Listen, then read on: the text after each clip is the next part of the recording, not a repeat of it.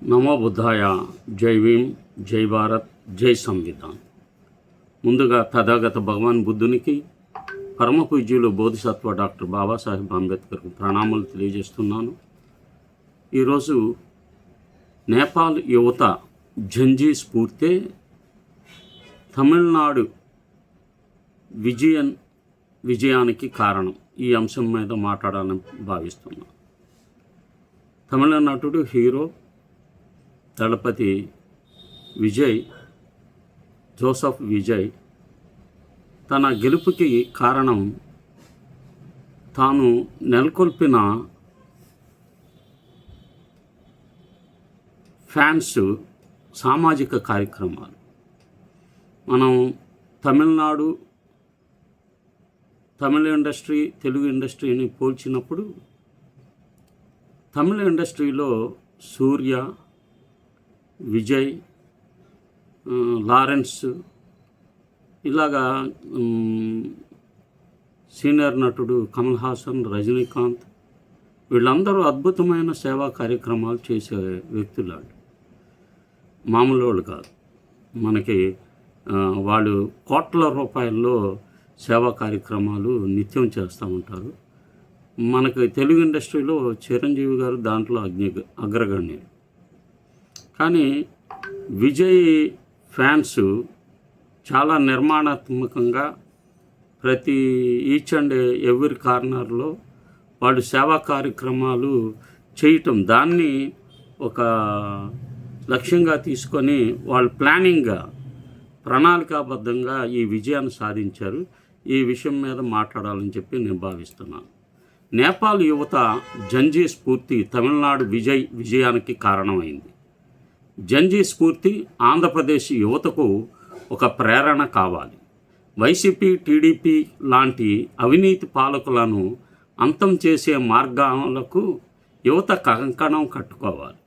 6 నెలల క్రితం మన పొరుగున ఉన్న నేపాల్లో జరిగిన జంజీ ఉద్యమం ప్రపంచానికి ఒక కొత్త సందేశం ఇచ్చింది. సోషల్ మీడియా బ్యాన్కు వ్యతిరేకంగా మొదలైన ఆ ఉద్యమం త్వరగా అవినీతి వ్యతిరేక ఉద్యమంగా మారింది. ప్రభుత్వాన్ని కూల్చేసి యువ నాయకత్వానికి దారితీసింది. 35 ఏళ్ల ర్యాపర్ పేరున్న బాలెన్ షా ప్రధానమంత్రి అయ్యి యంగెస్ట్ క్యాబినెట్తో సాహసోపేతమైన నిర్ణయాలను తీసుకుంటున్నారు.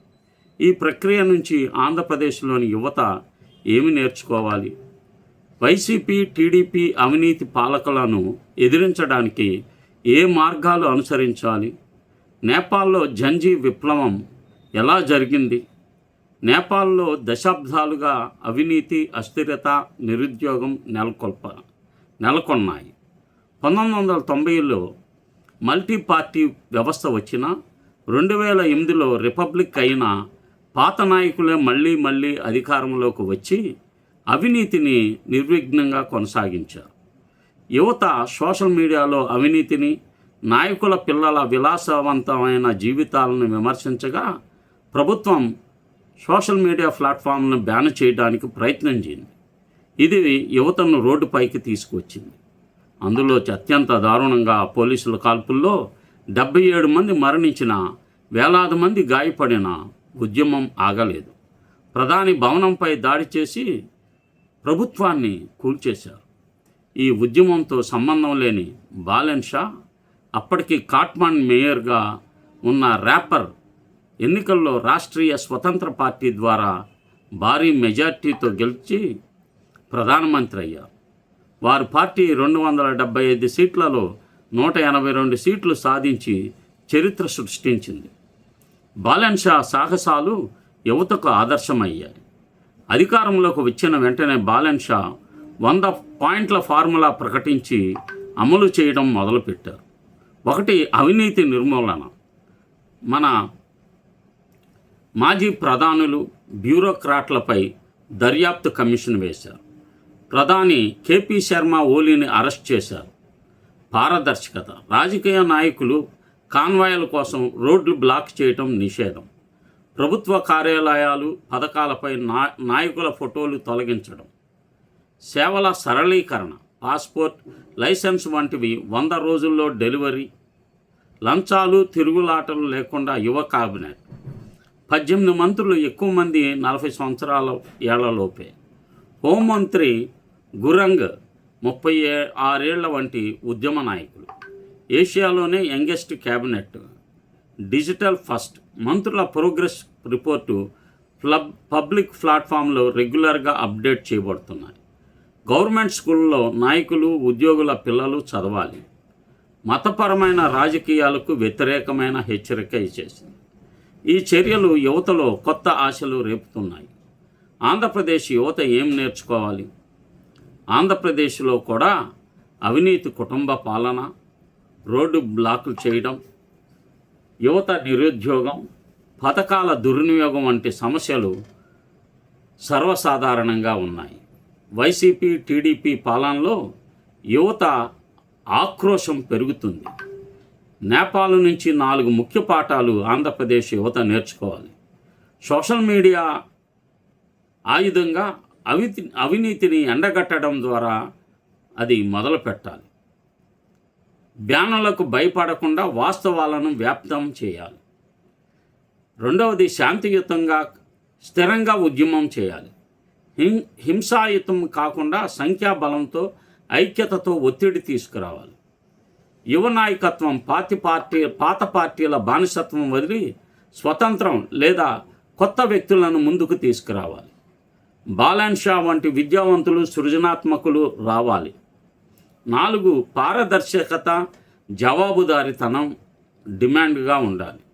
ప్రభుత్వ ఖర్చులు, ఫండ్స్, ఆస్తుల వివరాలు పబ్లిక్ చేయాలనే డిమాండ్ చేయాలి. డిజిటల్ ట్రాకింగ్ సిస్టములు కోరాలి. యువత అనుసరించవలసిన మార్గాలు, అవగాహనలు, ఐక్యత కావాలి. కాలేజీలు, సోషల్ మీడియా గ్రూపుల ద్వారా చర్చలు, వివరాలు పంచుకోవాలి. Voter awareness. ఎన్నికలలో కులం కాకుండా పనితనం చూసి ఓటు వేయాలి.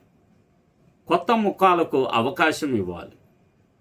శాంతియుత నిరసనలు, ర్యాలీలు, పిటిషన్లు, ఆన్లైన్ క్యాంపెయిన్లు, డిజిటల్ డిమాండ్ చేయాలి.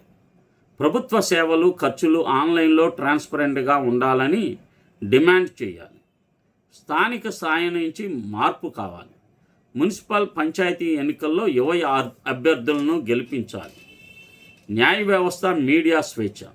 స్వతంత్ర మీడియా, సివిల్ సొసైటీని బలోపేతం చేయాలి. నేపాల్లో జంజీ ఉద్యమం ఒక్కసారి అవినీతికి వ్యతిరేకంగా ఉద్యమంగా మారి ప్రభుత్వాన్ని మార్చింది. ఆంధ్రప్రదేశ్లోనూ యువత ఐక్యంగా, సామాజిక స్పృహతో, సాంకేతికతను ఉపయోగించి మార్పు తీసుకురాగలగాలి. అవినీతి పాలకులు భయపడాల్సింది సమయం ఇదే. యువతే భవిష్యత్. నేపాల్ చూపిన మార్గం ఆంధ్రాకు కూడా వర్తిస్తుంది.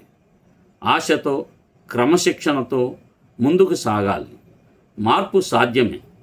తమిళనాడు యువత నుంచి పాఠాలు నేర్చుకోవాల్సిన పాఠం ఉంది.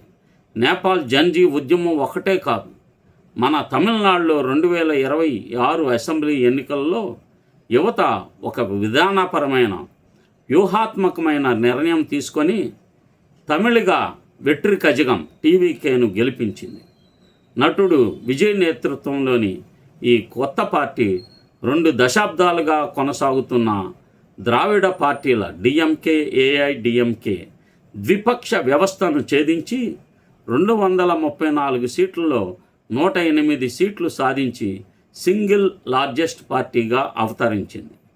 తమిళ యువత ఎలా చేసింది? వారు సినిమా ఫ్యాన్ బేస్ను రాజకీయ శక్తిగా మార్చారు. సోషల్ మీడియా, గ్రాస్ రూట్ నెట్వర్క్ల ద్వారా యువత కేంద్రీకృత అజెండాను, ఉద్యోగాలు, విద్య, యాంటీ కరప్షన్, సోషల్ జస్టిస్ను ప్రచారం చేశారు. పాత పార్టీల అవినీతి, కుటుంబ పాలన, యువత నిరుద్యోగంపై అసంతృప్తిని ఒక గట్టి ఓటు బ్యాంకుగా మార్చారు. మార్పు కావాలి అనే భావనను విధానపరమైన ఓటుగా మలిచారు. ఇది యువత ఐక్యంగా, స్పృహతో తీసుకున్న విజయం. బాబాసాహెబ్, మహాత్మా జ్యోతిరావు పూలే, పెరియార్ స్ఫూర్తితో మార్పు తీసుకురావాలి. ఆంధ్రప్రదేశ్ యువత తమిళనాడు, నేపాల్ మాదిరిగా మార్పు తీసుకురావాలంటే బాబాసాహెబ్ బిఆర్ అంబేద్కర్ మరియు మహాత్మా జ్యోతిరావు పూలే స్ఫూర్తిని, పెరియార్ రామస్వామి నాయకర్ స్ఫూర్తిని తీసుకోవాలి. పూలే గారు 19వ శతాబ్దంలోని మహిళా విద్య, దళిత శూద్రుల హక్కుల కోసం పోరాడి సత్యశోధక సమాజంని స్థాపించారు.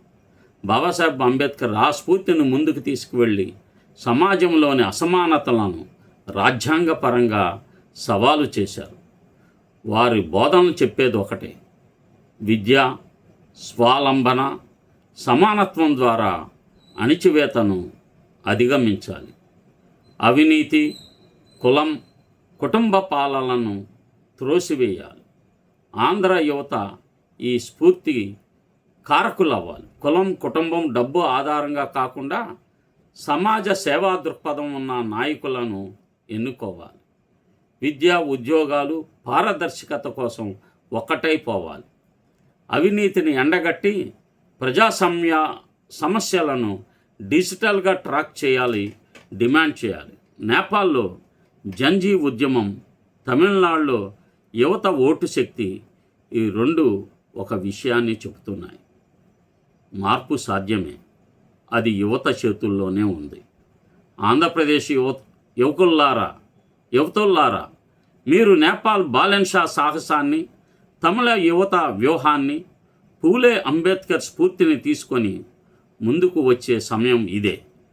అవినీతి, కుటుంబ పాలన, నిరుద్యోగం, అసమానతలను అంతం చేసే ఒక కొత్త రాజకీయ సంస్కృతిని సృష్టించండి.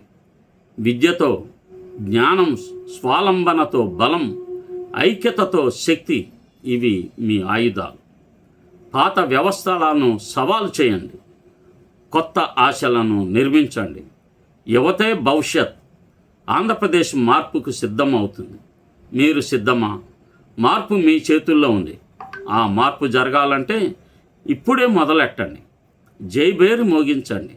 సమత, స్వేచ్ఛ, సామాజిక న్యాయం కోసం అందరం కలిసి పనిచేద్దాం. నమో బుద్ధాయ. జై భీమ్, జై భారత్, జై సంవిధాన్. ఈ యొక్క బహుజన యుద్ధబేరి యూట్యూబ్ ఛానల్ను సబ్స్క్రైబ్ చేయండి, షేర్ చేయండి, లైక్ చేయండి. కుటుంబ సభ్యులందరికీ తెలియజేస్తారని విజ్ఞప్తి చేస్తున్నాను.